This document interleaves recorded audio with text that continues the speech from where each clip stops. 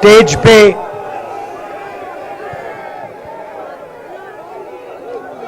वरिष्ठ नेता,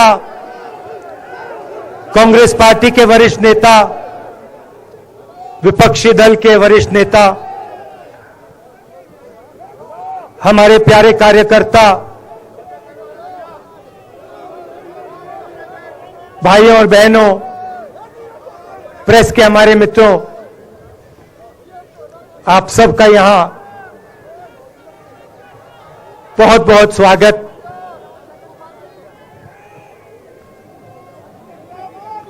आप आज यहां बर्फ में खड़े हैं, मगर आप में से किसी को सर्दी नहीं लग रही है। आप बारिश में खड़े हुए, कोई भीगा नहीं। गर्मी में आपको गर्मी नहीं लगी, सर्दी में आपको सर्दी नहीं लग रही है, क्योंकि देश की शक्ति आपके साथ है।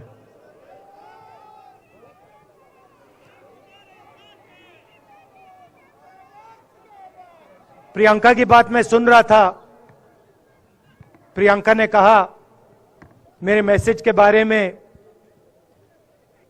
प्रियंका ने कहा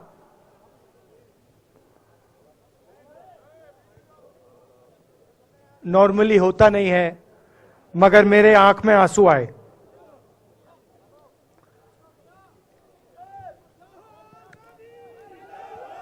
क्योंकि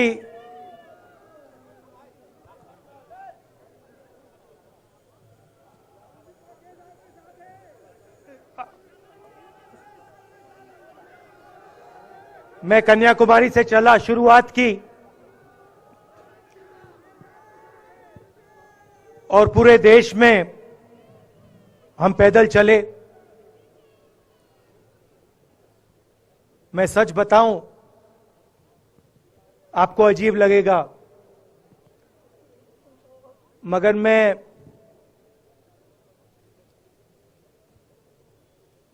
बहुत सालों के लिए हर रोज 8-10 किलोमीटर दौड़ता हूं। तो मैंने सोचा था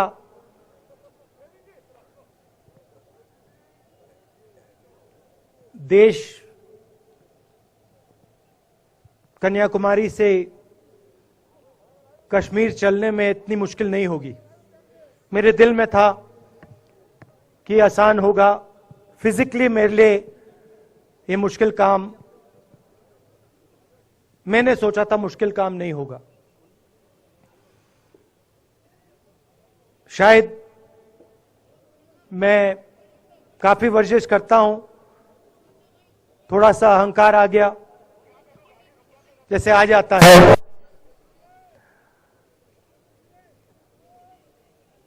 मगर फिर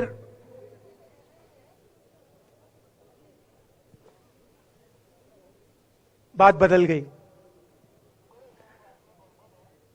जब मैं छोटा था,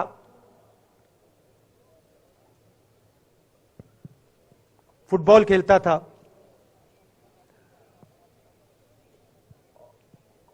और कॉलेज में जब मैं फुटबॉल खेल रहा था, एक बार मुझे बहुत जोरों से घुटने में इंजरी हुई थी।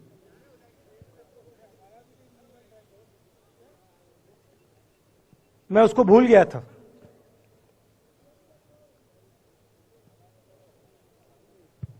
घुटने में दर्द नहीं होता था, भूल गया था उसको, दर्द गायब हो गया था। मगर कन्याकुमारी से 5-7 दिन बाद घुटने में प्रॉब्लम आई, और जबरदस्त प्रॉब्लम आई। पूरा अहंकार उतर गया, और मैं सोचने लगा क्या मैं ये जो 3,500 किलोमीटर हैं, क्या मैं इनको चल पाऊंगा या नहीं। तो जो मैंने सोचा था आसान काम होगा, वो काफी मुश्किल हो गया। मगर फिर मैंने किसी ना किसी तरीके से ये काम पूरा कर दिया। बहुत कुछ सीखने को मिला, बहुत कुछ सीखने को मिला। मैं आपको बोलूं तो दर्द सहना पड़ा काफी, मगर सह लिया। रास्ते में एक दिन मुझे दर्द हो रहा था, काफी दर्द हो रहा था, और मैं सोच रहा था अब 6-7 घंटे और चलने हैं। और उस दिन मुझे लग रहा था कि आज मुश्किल है। और एक छोटी सी बच्ची आई, दौड़ती हुई आई मेरे पास, और मुझे कहती है कि मैंने तुम्हारे लिए कुछ लिखा है, मगर तुम अभी मत पढ़ो, इसको बाद में पढ़ना।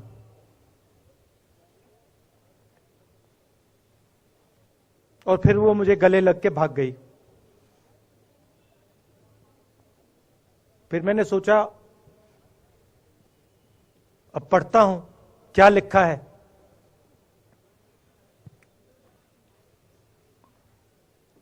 तो उसने लिखा था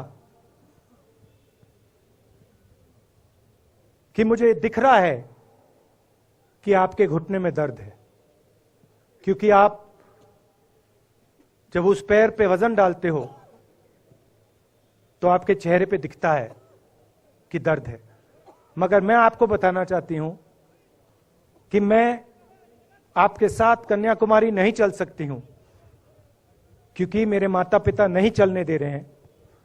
मगर मैं दिल में आपके साथ, आपके साइड में चल रही हूं, क्योंकि मैं जानती हूं कि आप अपने लिए नहीं चल रहे हो, आप मेरे लिए चल रहे हो, और आप मेरे भविष्य के लिए चल रहे हो। और उसी सेकंड में, पता नहीं अजीब सी बात है, उसी सेकंड मेरा दर्द उस दिन के लिए गायब हो गया। दूसरी बात, मैं चल रहा था और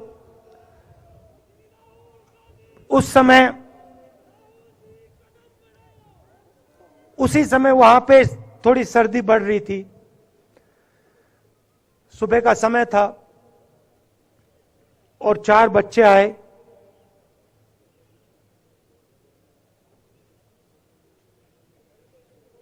पता नहीं कहना चाहिए या नहीं।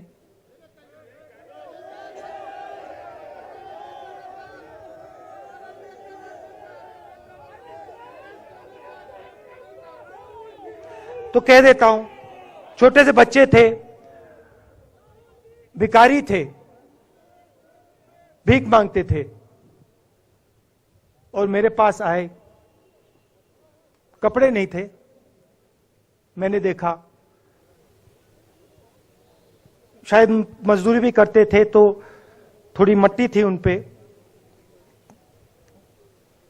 खैर, मैं ये चीजें देखता नहीं हूं, तो मैं उनके साथ गले लगा, घुटनों पे गया, ऐसे उनको पकड़ा मैंने, क्योंकि मैं उनकी लेवल पे रहना चाहता था।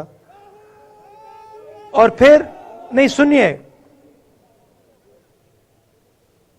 मैं ये बात कहना नहीं चाह रहा था, मगर कह दूंगा। तो उनको ठंड लग रही थी, वो कांप रहे थे, शायद उनको खाना नहीं मिला था, छोटे बच्चे मजदूरी कर रहे थे।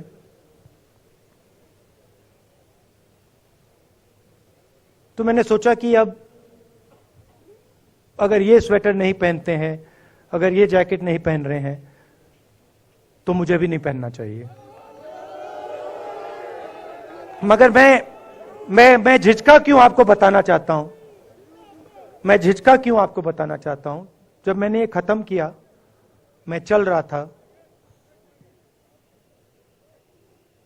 तो हमारे साथ एक व्यक्ति थे, उन्होंने मुझे मेरे कान में बोला, राहुल जी ये बच्चे गंदे हैं, इनके पास आपको ऐसे जाना नहीं चाहिए। तो मैंने उनसे कहा, वो आपसे और मुझसे दोनों से साफ हैं।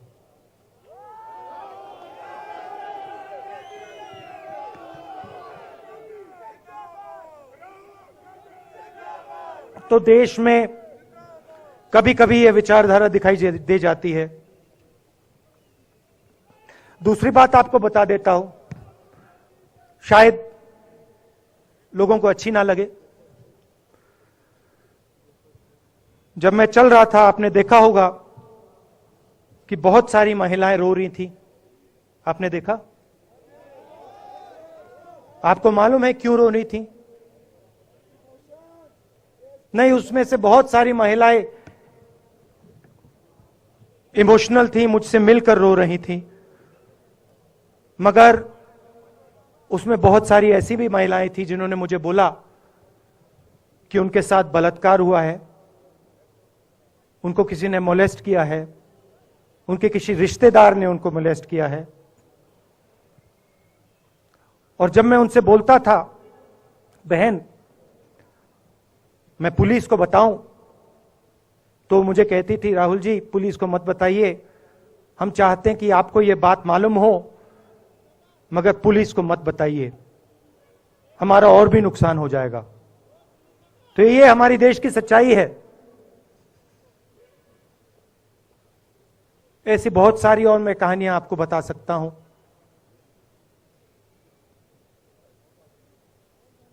तो फिर मैं कश्मीर की ओर आ रहा था और मैं सोच रहा था कि इसी रास्ते पे मैं नीचे से ऊपर जा रहा हूं। मैं सोच रहा था कि इसी रास्ते से सालों पहले मेरे रिश्तेदार नीचे से ऊपर आए, सॉरी ऊपर से नीचे आए, कश्मीर से इलाहाबाद गंगा की ओर गए।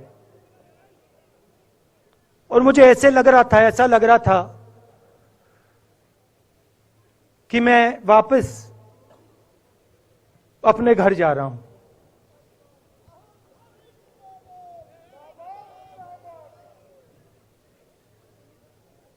घर मेरे लिए, जब से मैं छोटा था, मैं सरकारी घरों में रहा हूं, मेरा अपना घर नहीं है। तो मेरे लिए घर, जो स्ट्रक्चर होता है, उसको मैंने कभी घर नहीं माना। वो मेरे लिए, मैं कहीं भी रह लूं, वो एक इमारत होती है, वो घर नहीं होता है। घर मेरे लिए एक सोच है, एक जीने का तरीका है, एक सोचने का तरीका है।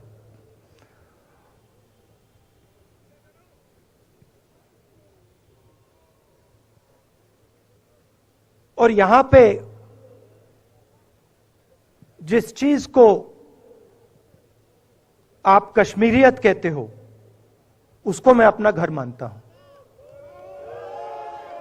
अब ये कश्मीरियत है क्या? ये जो शिव जी की सोच है एक तरफ, और थोड़ी सी गहराई में जाएंगे तो उसको शून्यता कहा जा सकता है। अपने आप पर, अपने अहंकार पर, अपने विचारों पर आक्रमण करना। और दूसरी तरफ इस्लाम में, जिसको शून्यता यहां कहा जाता है, वहां फना कहा जाता है। सोच वही है। इस्लाम में फना का मतलब अपने ऊपर आक्रमण, अपनी सोच पर आक्रमण,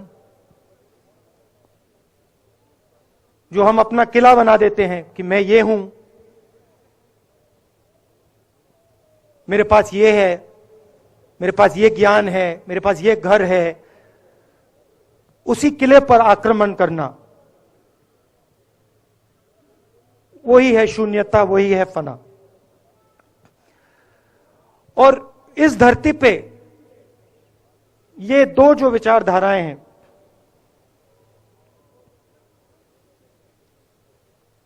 इनका एक बहुत गहरा रिश्ता है और ये सालों से रिश्ता है, जिसको हम कश्मीरियत कहते हैं। यही सोच बाकी स्टेट्स में भी है।